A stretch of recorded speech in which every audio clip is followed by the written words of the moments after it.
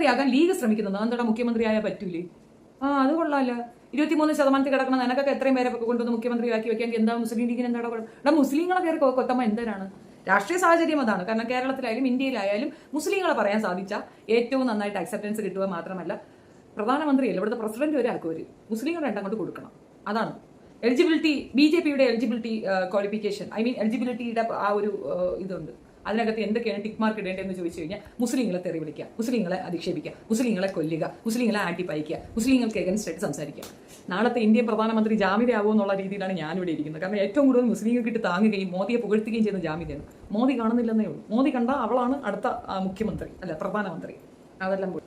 കേരളം ആര് ഭരിക്കണമെന്ന ശക്തി ഈഴവനുണ്ടെന്ന് അത് ശരിയാണ്. ഇപ്പോഴും കേരളം ഭരിക്കുന്നത് ഈഴവൻ തന്നെയല്ലേ? അത് കറക്റ്റാണ്.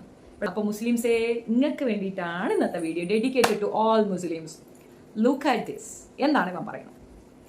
ഇവൻ പറയുന്ന അനുസരിച്ചിട്ടാണെങ്കിൽ, എടാ പൊന്നു വാഴത്തോരനെ, നീ ആദ്യം 30 കൊല്ലമായിട്ട് അതിനകത്ത് കയറി അമ്മയും മോനും അച്ഛനും കൂടെ കയറി അതിനകത്ത് കുത്തി ഇരുന്നിട്ട് ആ നാട്ടിലുള്ള മനുഷ്യരെ ഉപദ്രവിക്കുക. അതിൽ നിന്നൊന്ന് ഇറങ്ങി താഴെ ഇരിയടാ. കസേര വേറെ ആർക്കെങ്കിലും വിട്ടുകൂടും. അത് കുടുംബയോഗമൊന്നുമല്ല, SNDP യോഗം എന്നാണ് പറയുന്നത്. അല്ലാതെ നിന്റെ കുടുംബയോഗമൊന്നുമില്ല. നടേശ മോലാളിയുടെ ND യോഗമൊന്നും അല്ലത്. നാരായണ ഗുരു നിർമ്മിച്ച, അല്ലെങ്കിൽ നാരായണ ഗുരു ആണ് അങ്ങനെ ഒരു സംഘടന ഉണ്ടാക്കിയെടുത്തത്. അദ്ദേഹത്തിന്റെ മൂല്യബോധം എന്തായിരുന്നു? നിന്റെ മൂല്യബോധം എന്താണ്? നീ ഈഴവ കമ്മ്യൂണിറ്റിയാണ് അഡ്രസ് ചെയ്യുന്നത്. അദ്ദേഹം മൊത്തം ജനങ്ങളെയാണ് അഡ്രസ് ചെയ്തത്. സമത്വമാണ് മുന്നോട്ട് വെച്ചത്. ഈ ഉച്ചനീചത്വം ഇല്ലാതാക്കാൻ വേണ്ടി എല്ലാവർക്കൊപ്പവും ചേർന്ന് നിന്ന മനുഷ്യന്റെ ആ ഒരു മൂല്യബോധം ഉൾക്കൊണ്ടുകൊണ്ട് അത് ആ കസേരയിൽ കയറി ഇരുന്നുകൊണ്ട് ഈ പോക്കൃത്തരം പറയരുത്. രണ്ടാമത്തെ കാര്യം, ഇയാൾ പറയുന്നതിലുള്ള വൈരുദ്ധ്യം പറയാം. വിവരക്കേടാണ് പറയണത്. ഇനി അതിൻ്റെ അകത്ത് നമ്മൾ എന്ത് പറയാൻ എന്നാലും ഒരു സൂചന തരാം. ഇപ്പോൾ നമ്മുടെ കേരള രാജ്യം ഭരിക്കുന്നത് ആരാണ്? മുഖ്യമന്ത്രി പിണറായി വിജയനാണ്. പിണറായി വിജയൻ ഏത് കമ്മ്യൂണിറ്റിയാണ്? അത് ഈഴവ കമ്മ്യൂണിറ്റി ആയിട്ട് ഇവൻ വഹിക്കെടുക്കത്തില്ലേ? അല്ലെങ്കിൽ തന്നെ ബേസിക്കലി ഈ മുസ്ലിംസിനെ പിന്നെ കേരളം ഭരിക്കാൻ അധികാരമില്ലെന്ന് പറയും ഇവനാരാ? 23% ഇവന്മാർക്ക് ആ കസേര കയറി ഇരിക്കാമെങ്കിൽ 26%, ഇപ്പോൾ 32%ലേക്ക് നടന്നു നിൽക്കുന്ന മുസ്ലിം കമ്മ്യൂണിറ്റിയിലുള്ളവർക്ക് ഈ നാട് ഭരിക്കാൻ പറ്റില്ലെന്ന് പറയാൻ ഇവൻ ആര് എന്നാണ് ചോദ്യം. മുസ്ലിം ലീഗിന് തന്നെ വോട്ടിടണമെന്നാണ് എൻ്റെ അഭിപ്രായം. കയറി വരട്ടെ, അവരിരിക്കട്ടെ. അവരവരുടെ സമുദായത്തിന് വേണ്ടിയിട്ടുള്ള സപ്പോർട്ടീവായ കാര്യങ്ങൾ അവർ ചെയ്യുന്നുണ്ടെങ്കിൽ അതിലെന്താ തെറ്റിരിക്കുന്നത്? യൂണിറ്റി മസ്റ്റാണ് യാർ.